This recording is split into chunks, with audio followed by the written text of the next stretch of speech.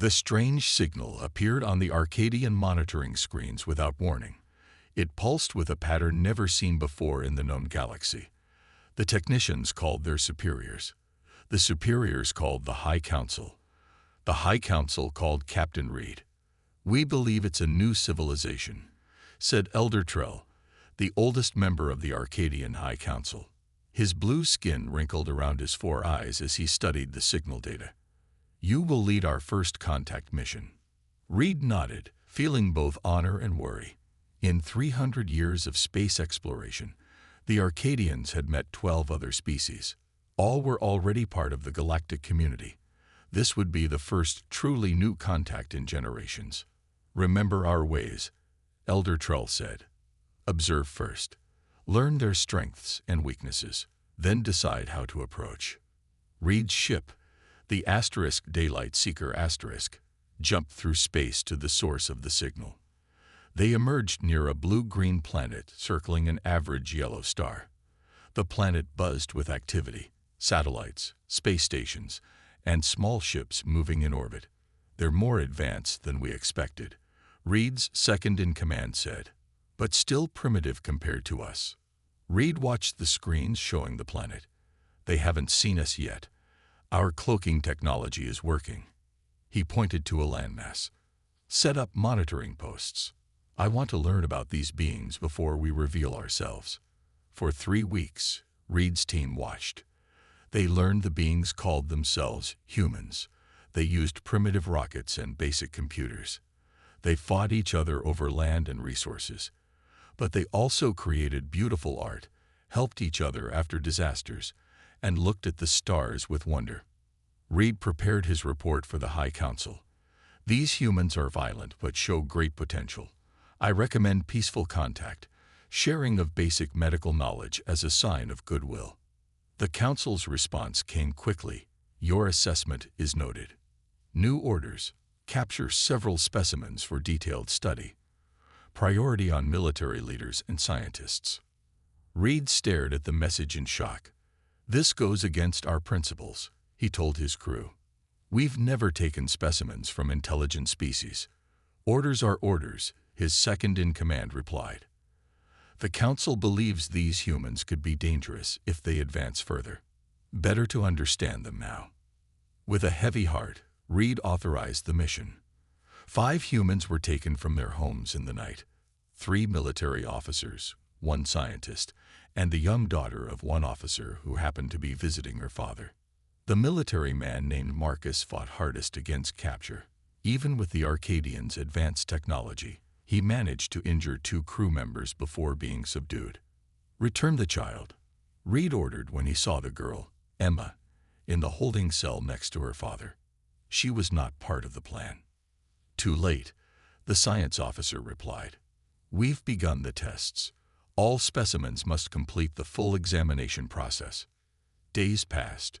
Reed checked on the humans regularly, breaking protocol to speak with Marcus. "Why are you doing this?" Marcus asked, his voice rough from shouting. "What do you want from us?" "To understand," Reed answered simply. Then came the day when Emma's vital signs flatlined. The science team had pushed too far, tested too aggressively. Reed watched through the observation window as Marcus screamed and pounded against the transparent wall separating him from his daughter's body. Something broke inside Reed that day. The proud Arcadian tradition suddenly seemed hollow. That night, Reed entered Marcus's cell. "I can help you escape," he whispered. "Take this." He handed over a small device. "It contains evidence of what happened here, and the location of your world. My personal ship is ready." "Why would you help me?" Marcus asked, eyes red from grief. "Because what we did was wrong," Reed said, "and your people deserve to know." 3 hours later, alarms blared throughout the Daylight Seeker *. Reed stood before the Council via hologram, accepting responsibility for the escape. "You have betrayed our ways," Elder Trell said. "This will be remembered." Reed nodded solemnly. "Yes, it will be remembered. By them as well." As Marcus's stolen ship raced toward Earth, he clutched the device containing proof of alien life advanced technology, and the death of his daughter. His tears had dried. His heart had hardened. Earth would know. Earth would prepare. Earth would remember. And someday, Earth would return. 20 years passed on Earth. 20 years since Marcus had returned with his impossible story and undeniable proof. At first, few believed him. A high-ranking military officer claiming aliens had taken him and killed his daughter. It sounded like madness, until he showed them the device Reed had given him. The alien technology was beyond anything humans had created. The recordings of Emma's final moments turned doubt into horror. The star maps showing Earth's location in the galaxy changed horror into fear. "They know where we are," Marcus told the emergency meeting of world leaders. "They know what we're capable of, and they see us as specimens, not equals." The world changed after that day. Slowly at first, then faster. Old enemies put aside their fights.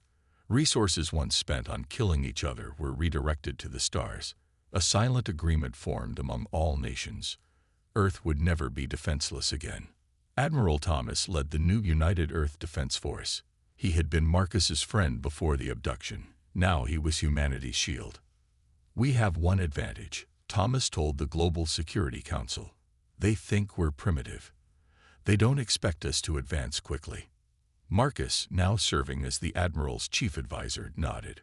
"Reed's ship gave us a head start. Their tech is still hundreds of years ahead of ours, but we understand the basics now. Behind the moon, hidden from Earth's view, and hopefully from alien sensors, they built the first shipyard. Workers lived there for years, never returning to Earth to maintain secrecy. More shipyards followed. Mars, the asteroid belt, the moons of Jupiter. Scientists worked day and night to understand and improve upon the alien technology. Engineers built machines that built other machines. The brightest minds from every country focused on one goal: survival. 10 years after Marcus's return, the first human warship capable of faster-than-light travel completed its test flight. By year 15, 50 such ships existed. By year 20, thousands. Each ship carried weapons designed specifically to counter Arcadian defenses, based on Reed's data. Each crew trained relentlessly in tactics that would seem insane to the methodical Arcadians. "We don't just want to defend ourselves," Marcus said during the commissioning of the flagship *Remembrance*. "We want justice." Admiral Thomas put his hand on his friend's shoulder. "We'll get it, old friend. For Emma. For all of them." Marcus spent his nights staring at the stars. He had not smiled in 20 years. His hair had turned white, his face lined with grief and determination. In his quarters aboard the *Remembrance*, he kept a small photo of Emma. Next to it was a holographic projection of the Arcadian homeworld, taken from Reed's device. One evening, Thomas visited him. "The fleet is ready," the Admiral said. "All ships are fully crewed and armed. Supply lines are established. The jump coordinates are set." Marcus didn't look away from the stars and the other targets. "Intelligence has confirmed 17 species knew about our existence. 7 participated directly in the abduction program.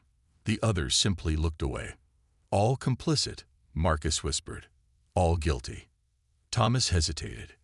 "The Council wants confirmation on our primary objective." Now Marcus turned, his eyes cold. "Arcadia falls first. Complete neutralization of their military capabilities. Occupation of their homeworld. Then we move to the others, one by one. And if they surrender?" Marcus looked back to the stars. "They had their chance for peace. They chose to treat us like animals. Now they'll learn what happens when you cage something that should be free." Thomas nodded and left. Marcus remained at the window, thinking of Reed, the one Arcadian who had shown decency. Was he still alive? Would he understand what was coming? It didn't matter. The die was cast. The next morning, 20 years and 1 day since Marcus's return to Earth, humanity's fleet departed the solar system. 5,000 warships jumping to faster-than-light speed at once created a brief, brilliant flash that was visible from Earth as a new star appearing and vanishing in an instant. The sky had darkened over Arcadia, though they didn't know it yet. Humanity was coming, not for conquest, not for glory, for annihilation. On Arcadia, life continued as it had for centuries. The planet's 3 moons hung in the soft purple sky above gleaming cities. The incident with the primitive species called humans had been forgotten by most, buried in classified files, and dismissed as unimportant. Reed had not forgotten. Now a senior overseer in the Galactic Relations Council, he had spent 20 Arcadian years trying to bury his guilt. Today, he sat in his private office, reviewing old files that should have been deleted long ago. Computer, show me record AR-7729E, Human Containment Study, Reed said. The screen flickered to life, showing images that still haunted his dreams. The human child, the father's rage, the escape he had enabled. A soft chime interrupted his thoughts. His assistant's voice came through the speaker. Senior Overseer, the High Council requests your presence immediately. Something about anomalous readings at the system boundary. Reed felt a chill. He closed the files and hurried to the council chamber. The normally calm council members were clustered around the central holographic display, their voices raised in confusion. What do you mean, thousands? Elder Trell demanded of the military commander. That's impossible. See for yourself, the commander replied, expanding the display. Multiple objects dropping out of FTL at the edge of our system. Our readings now show 5,127 vessels of unknown design. Reed pushed forward to see the display. The ships were arranged in perfect formation. Military precision. His 4 hearts seemed to stop beating at once. Magnify the lead vessel, he ordered. The image zoomed in on a massive warship. Along its side was writing in a script Reed recognized immediately. Human letters. And a name. Asterisk remembrance asterisk. It's them, Reed whispered. The humans. Elder Trell turned to him sharply. What did you say? Before Reed could answer, every communication device in the chamber activated simultaneously. Screens, holographs, personal communicators, all showing the same image. A human male with white hair and cold eyes. I am Marcus of Earth, the human said in perfect Arcadian language. 20 of our years ago, you took me and my daughter from our home. You experimented on us. You killed my child. The council chamber fell silent. We have not forgotten, Marcus continued. We have not forgiven. The transmission cut off. In the silence that followed, the military commander's communicator beeped urgently. All orbital defenses are offline, he reported, his voice shaking. Planetary shields non-responsive. Communication with our fleet has been severed. Reed stepped forward. High Council, you must surrender immediately. I know these humans. A blinding flash lit up the sky outside the chamber's windows. The closest Arcadian defense station had just been destroyed. How is this possible? Elder Trell demanded. They were primitive savages just 20 cycles ago, and we gave them reason to change, Reed answered. We took their people. We killed a child. Now they've come for justice. Over the next 3 days, Reed watched his civilization crumble. The humans did not target civilian centers directly, but their precision strikes destroyed every military installation, government building, and research facility on the planet.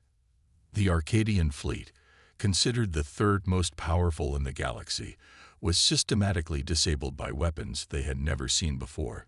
Human ships seemed to anticipate their every move, countering tactics that had been successful for centuries. On the 4th day, landing craft descended on the capital city. Soldiers in dark armor secured the council chamber. Among them walked Marcus, older but unmistakable to Reed. Their eyes met across the room. Recognition flickered in Marcus's gaze. You, he said simply. Reed nodded. Me. Marcus turned to the cowering council members. Your civilization has been neutralized. Your military no longer exists. Your government is now under human control. Elder Trell found his voice at last. What do you want from us? Information, Marcus replied. The names of every species that participated in or knew about the human abductions. The locations of their homeworlds. Reed stepped forward. And then, Marcus's eyes were empty of emotion. And then we visit them next. As the council members were led away, Marcus paused beside Reed. You helped me escape, he said quietly. Yes. Why? Reed looked out the window at the smoke rising from what had been Arcadia's proudest achievements. Because it was right. Marcus nodded once. That's why you'll live while they answer for their crimes. Outside, more human ships darkened the sky. The first world had fallen. Others would follow. Humanity's vengeance had only begun. News of Arcadia's fall spread through the galaxy like wildfire. The Viridian Alliance, the most powerful coalition of species in known space, called an emergency session. Impossible, declared High Chancellor Lax, his 6 limbs gesturing dramatically. A primitive species does not simply appear with a fleet of thousands and defeat an advanced civilization. The gathered representatives murmured in agreement. The grand meeting hall of the Alliance capital world buzzed with nervous energy. The reports are confirmed, said diplomat Anna, the Viridian representative who specialized in emerging species. I have analyzed all available data. The Arcadian civilization has been neutralized as a military power.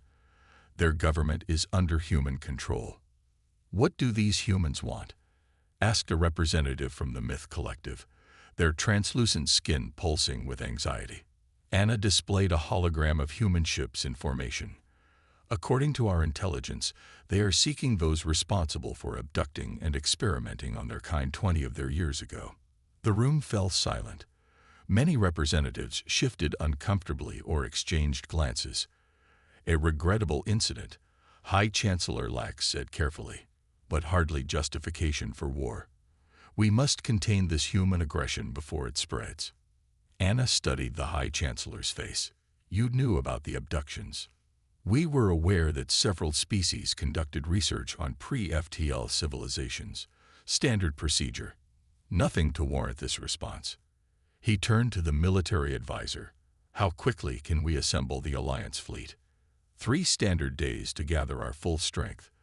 The humans must be taught the proper order of things. Anna stood up. I request permission to establish contact with the humans first. Perhaps diplomacy. Permission granted. Lax interrupted. But the fleet will deploy regardless. These humans must learn their place in the galactic hierarchy. 3 days later, Anna's diplomatic vessel approached the human fleet now orbiting Arcadia. Her small ship seemed tiny compared to the massive human warships. A communication channel opened. Admiral Thomas appeared on her screen. I am Diplomat Anna of the Viridian Alliance, she began. I come seeking peaceful dialogue. Thomas's face remained impassive. The time for dialogue was 20 years ago, before your alliance sanctioned the abduction and murder of our people. Anna chose her words carefully. The alliance wishes to resolve this situation without further bloodshed.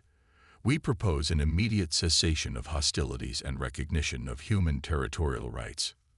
In exchange for what? A halt to human military expansion and adherence to alliance guidelines for emerging species. Thomas smiled without warmth. You still don't understand. We are not asking for a place in your hierarchy. We are not seeking your approval. The screen split to show Marcus entering the frame. We know the Alliance had full knowledge of the abduction program, he said. Your databases confirmed it. Anna's heart raced. What databases? The ones we accessed when we took control of the Arcadian networks, Marcus replied. We have names, dates, locations. We know which species participated and which simply watched and did nothing. A red light flashed on Anna's control panel. Her ship's sensors detected multiple FTL signatures. Your fleet has arrived, Thomas noted calmly. 217 vessels, arranging themselves in standard Viridian attack formation. Anna stared in surprise. How did he know the exact number? You should return to your people, Marcus told her. What happens next is not something you want to witness up close. As Anna's ship retreated, the Alliance fleet commander opened a direct channel to the human ships. This is Commander Vex of the Viridian Alliance.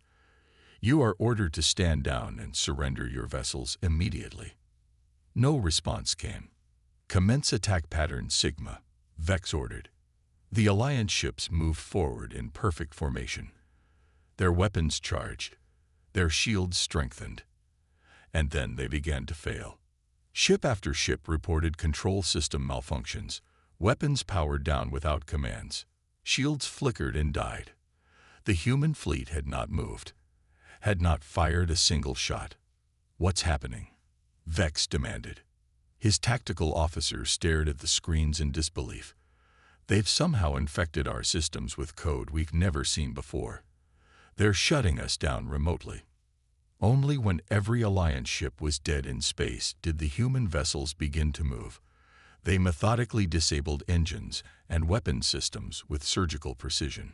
Thomas's voice came through on all Alliance channels. Consider this a demonstration, he said. You thought us primitive. You thought us weak. You were wrong. From her retreating ship, Anna watched the Alliance fleet, the pride of the galaxy's most powerful coalition, rendered helpless in minutes.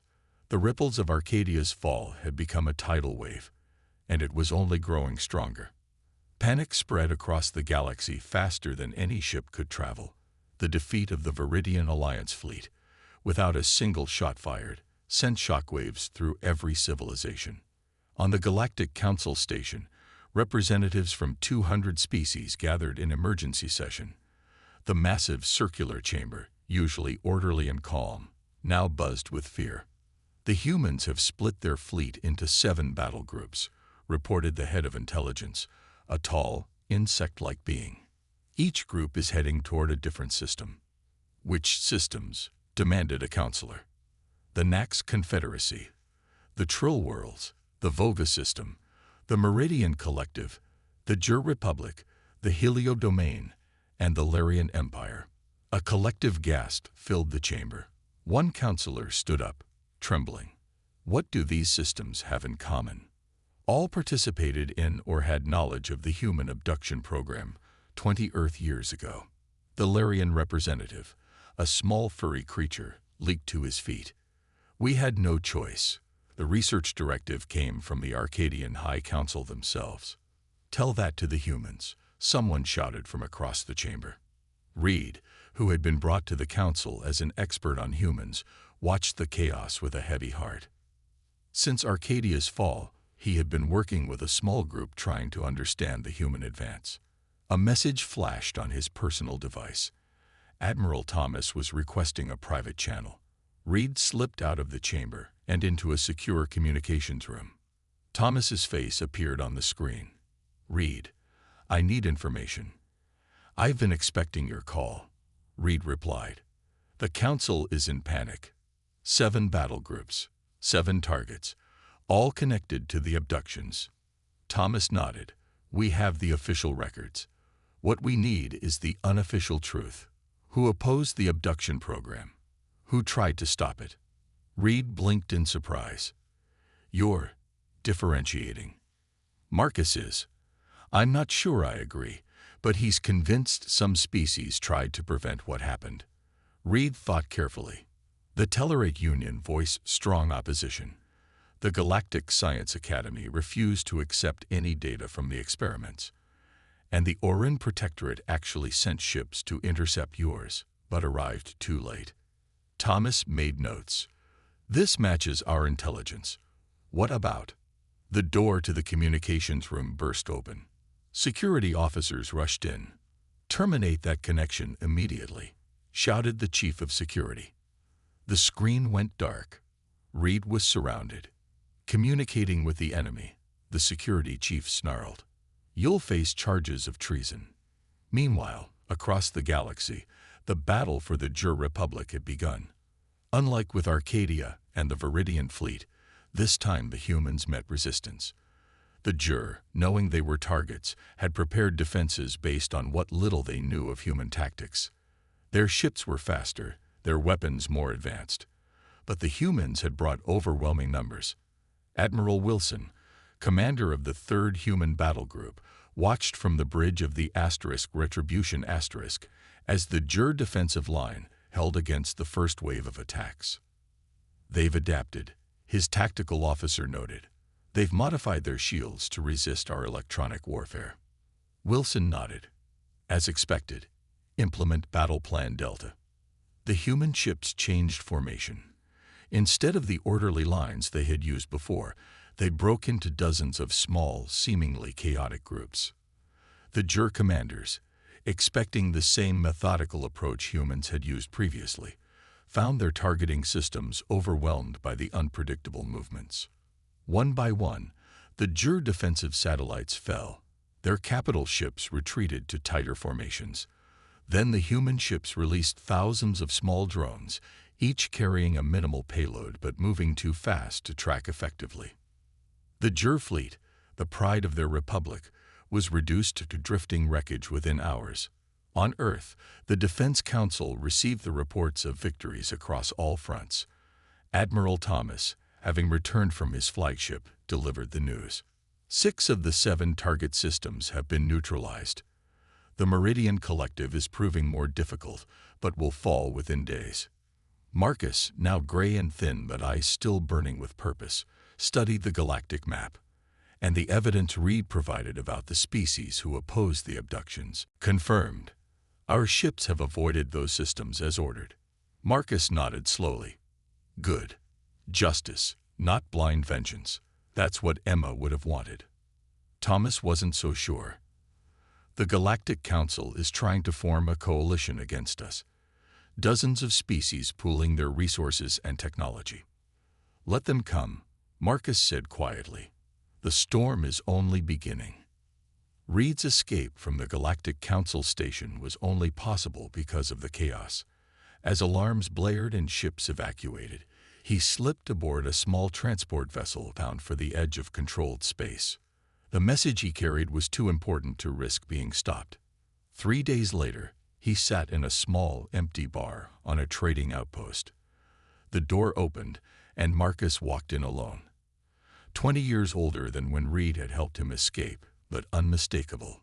"You took a big risk contacting me directly," Marcus said, sitting down across from him. Reed pushed a small data crystal across the table. "This was worth the risk.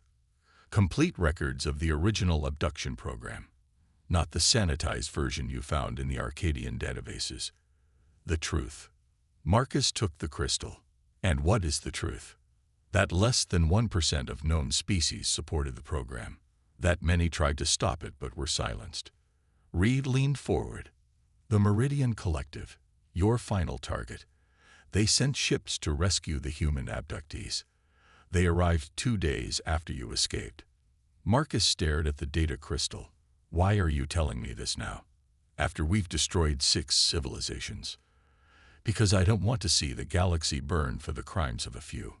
Reed's 4 eyes blinked slowly. "And I don't think you do either." "Not really." Marcus said nothing for a long moment. "I watched my daughter die on an examination table. They treated her like an animal."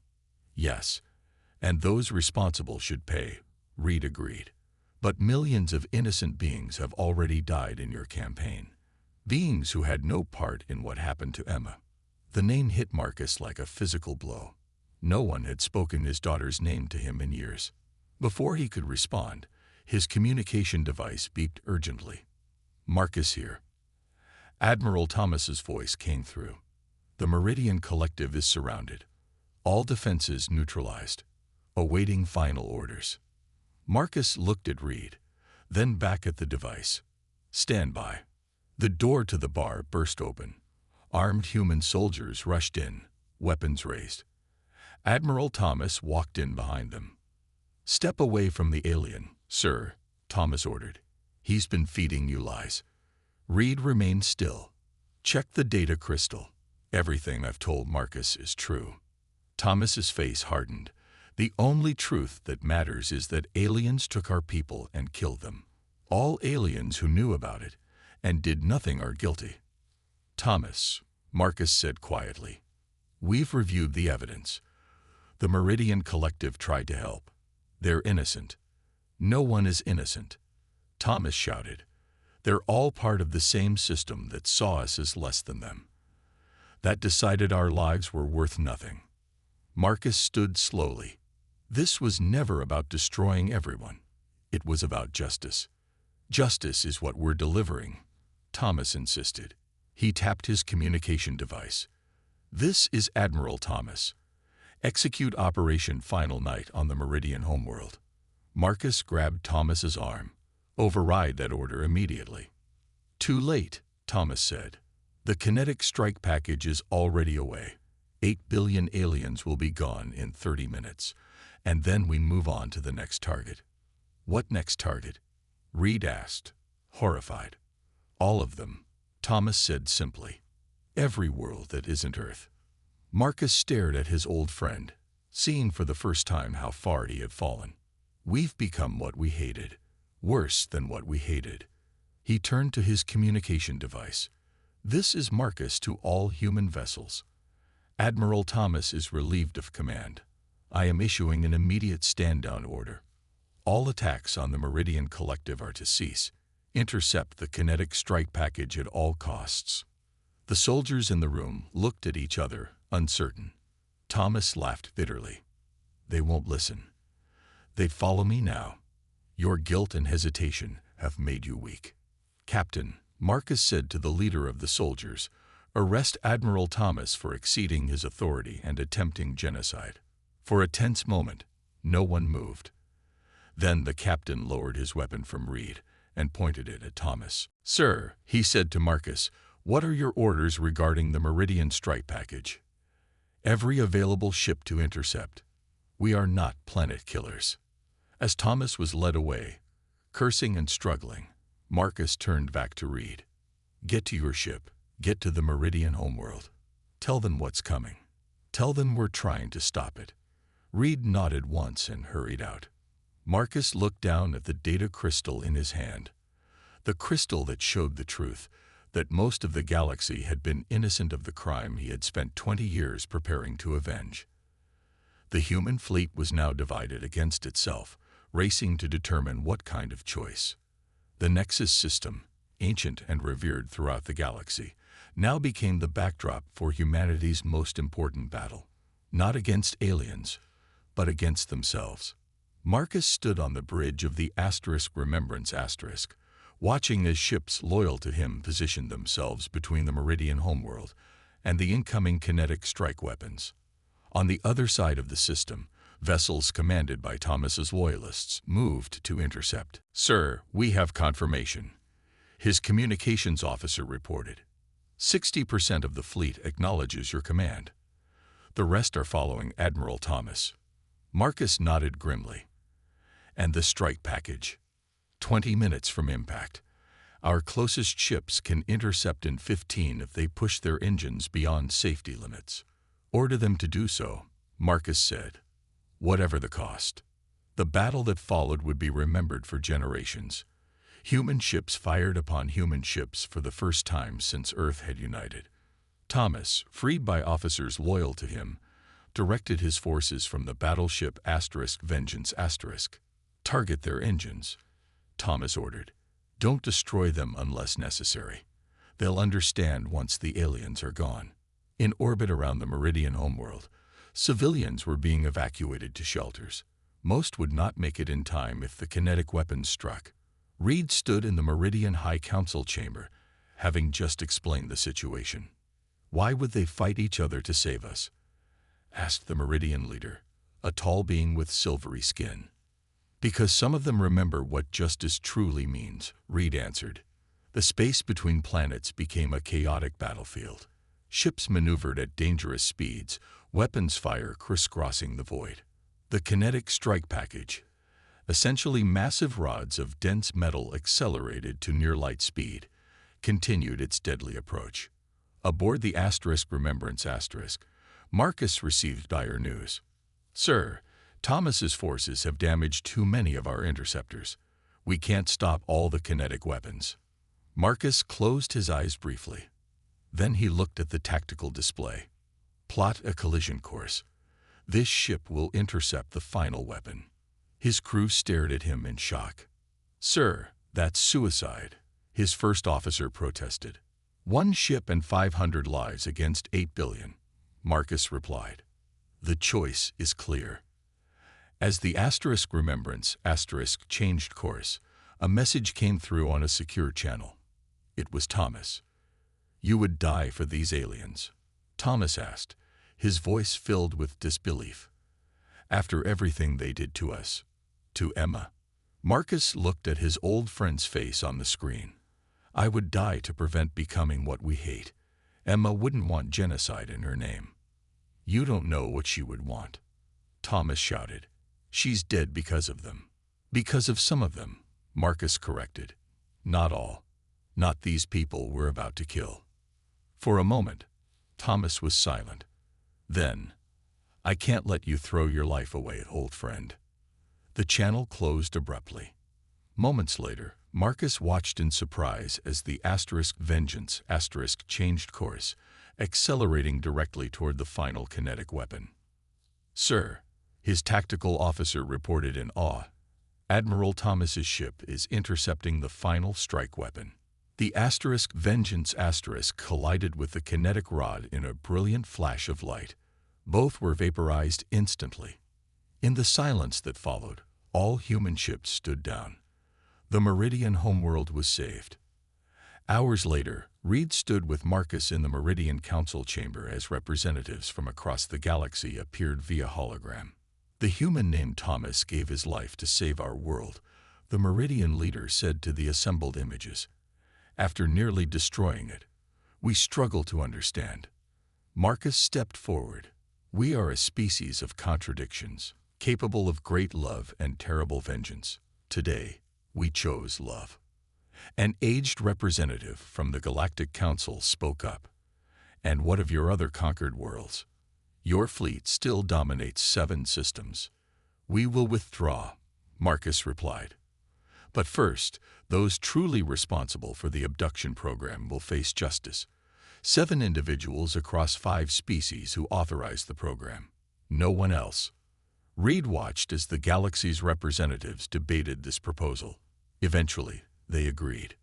1 year later, Marcus stood at a simple memorial on Earth, a stone with Emma's name and 2 dates far too close together. Reed stood beside him, visitors from across the galaxy laying flowers nearby. "Was it worth it?" Reed asked quietly. Marcus watched as alien children played with human children near the memorial. Representatives from 20 species worked together nearby, designing a new galactic charter that included Earth as a founding member. "She would have liked this," Marcus said simply. "A galaxy united not by fear, but by understanding." Above them, the sky was clear and bright. Humanity had made its choice, not for annihilation, but for life.